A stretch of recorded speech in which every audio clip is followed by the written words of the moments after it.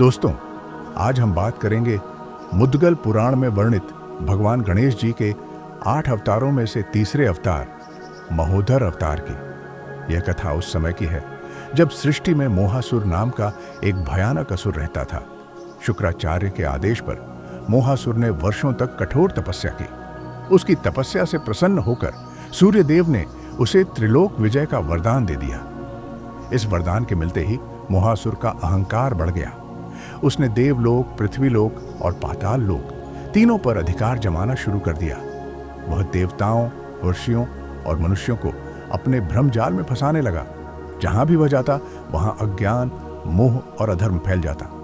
धर्म कमजोर होने लगा और ज्ञान लुप्त होने लगा। तीनों लोकों में हाहाकार मच गया। देवता और ऋषि बहुत चिंतित हो गए। अंत में सबने भगवान गणेश की शरण ली और भावपूर्ण प्रार्थना करने लगे। भक्तों की पुकार सुनकर भगवान गणेश प्रकट हुए और उन्होंने महोदर अवतार धारण किया।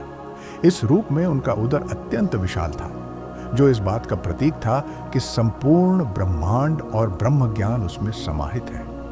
उनका वाहन मूषक था, जो सूक्ष्म बुद्धि और विनम्रता का प्रतीक है।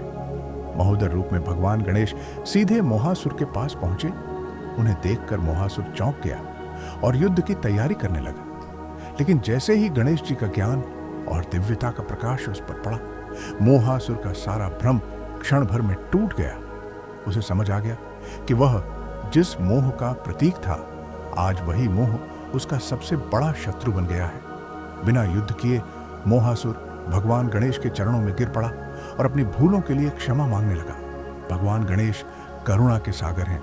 उन्होंने मोहासुर को क्षमा कर दिया, लेकिन उसे पाताल लोक में रहने का आदेश दिया और यह भी कहा कि वह कभी ऊपरी लोकों में प्रवेश नहीं करेगा। इस प्रकार महोदर अवतार के द्वारा मोहासुर का अंत हुआ और तीनों लोकों में फिर से ज्ञान, धर्म और शांति की स्थापना हुई। मेरे साथ बोलिए, गणपति बप्पा मोरया।